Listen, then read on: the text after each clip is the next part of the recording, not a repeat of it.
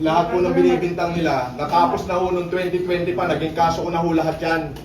At na-acquit ho ko dyan. Ngayon ho, yung laban namin ni ako ho ang unang nagsampa ng kaso sa kanya. Oho, ako ho unang nagsampa, ako unang nawaran. So, ang just fixation lang kung ipahiya niyo ako sa buong Pilipinas, grabe, para akong pumatay. Yung sinasabi niyo marami ko inistapa, 2020 pa lang, ang dami na nagsasabi niya, wala naman nagkatotoo kahit isa.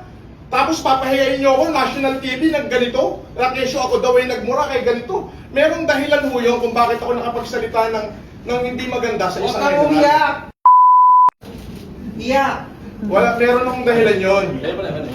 Pero ang totoo ho yan, ang just fixation lang, ipinahiya niyo ako buong Pilipinas na ganito, grabe. Mas mabigat yung kinaso ko sa'yo, hintay mo warrants mo. Deserve mo yan, deserve. Paho mo, buti na sa'yo. Nagkaso ng una sa akin.